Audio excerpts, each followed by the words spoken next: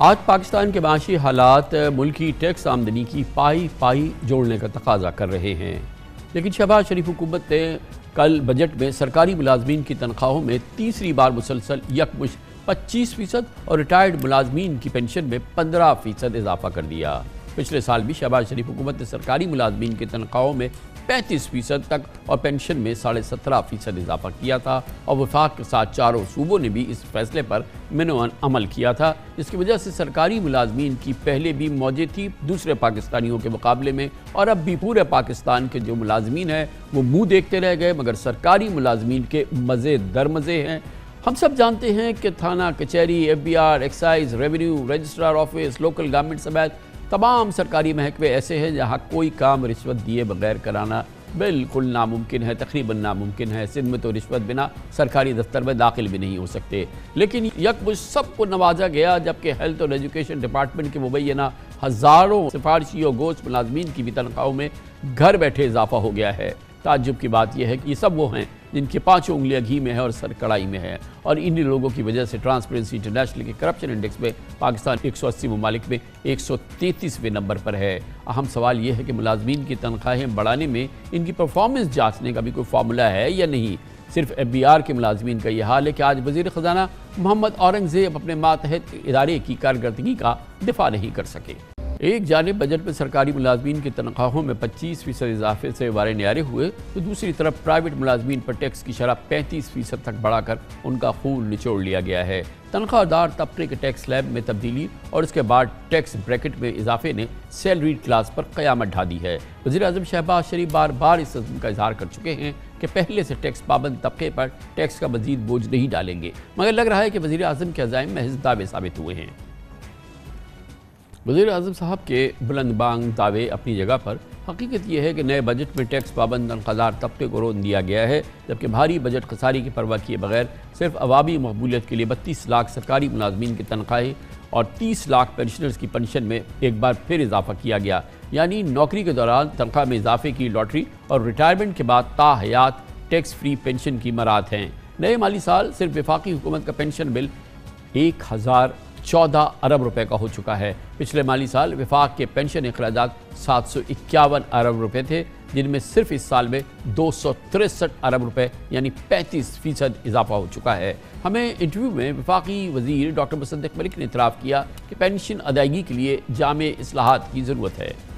یہ پینشن کا بوجھ ہم پہ بہت زیادہ ہے، اگر یہ پینشن کو ہم نے ریفارم نہیں کیا تو اس بوجھ تلے ہم بالکل دب جائیں گے، پس جائیں گے۔ اس وجہ سے اس ریفارم کی بہت ضرورت ہے، اور پینشن ریفارم کے اوپر میں آپ کو یقین دلاتا ہوں کہ بہت کام ہو رہا ہے، مگر اس میں بھی ہمیں امیر اور غریب میں تفریق کرنی ہوگی، یعنی جس شخص کو 18,000 22,000 کی پینشن مل رہی ہے اس کے ساتھ آپ کیا کریں گے، لیکن اس پینشن کو فنڈ کرنے کا طریقہ، اس پینشن کو انویسٹ کرنے کا طریقہ، جس طرح بیرونی ممالک میں 401k ہوتا ہے، ایسی بہت سی تجاویز سامنے آ رہی ہیں جس سے حکومت پہ آہستہ آہستہ بوجھ کم ہوتا جائے، کیپٹل مارکیٹس جو ہیں وہ زیادہ سے زیادہ ریجوونیٹ ہونی شروع ہو جائیں، پرائیویٹ سیکٹر ان کو لیڈ کرے، مگر ایسے طریقے سے کہ لوگوں کی جو پینشن ہے وہ برباد نہ ہو جائے۔ تو ایک رسپانسبل طریقے سے ہم آگے بڑھیں، اس میں بہت سی تجاویز سامنے آ رہی ہیں۔ انشاءاللہ آپ کے سامنے ایک نیا فریم ورک بہت جلد آ جائے گا، مگر یہ فریم ورک بجٹ میں تو موجود نہیں تھا۔ خبریں بہرحال یہ ہیں، جیسے کہ ڈاکٹر مصدق ملک کہہ رہے تھے کہ پینشن کے حوالے سے اسٹرکچرل ریفارمز ہوں گی،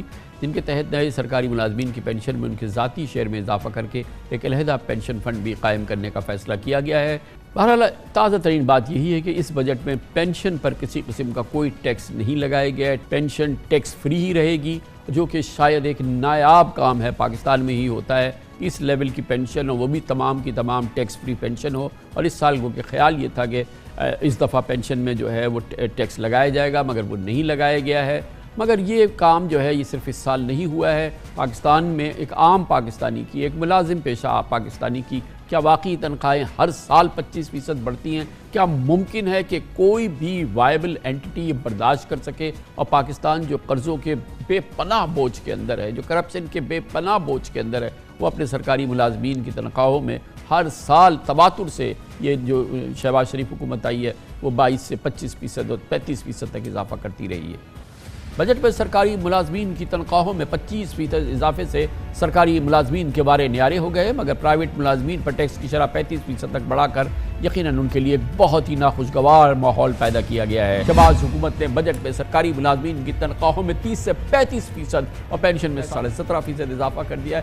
باقی پاکستانی جائیں جہاں ان کو جانا ہے، جو ان کو کرنا ہے کرے۔ سرکاری ملازمین کی تنخواہیں تو 30 سے 35% حکومت نے بڑھا دی۔ شہباز حکومت نے سرکاری ملازمین کے وارے نیارے کر دیے ہیں۔ تنخواہوں میں 15% اور پینشن میں 5% اضافے سے سرکاری ملازمین کے مزے آ گئے ہیں، اور یہ وہ حکومت ہے جس کا خسارہ تقریباً 4600 ارب روپے ہے، مگر وہ اپنے ملازمین کی تنخواہوں میں اندھا دھند اضافہ کر رہی ہے۔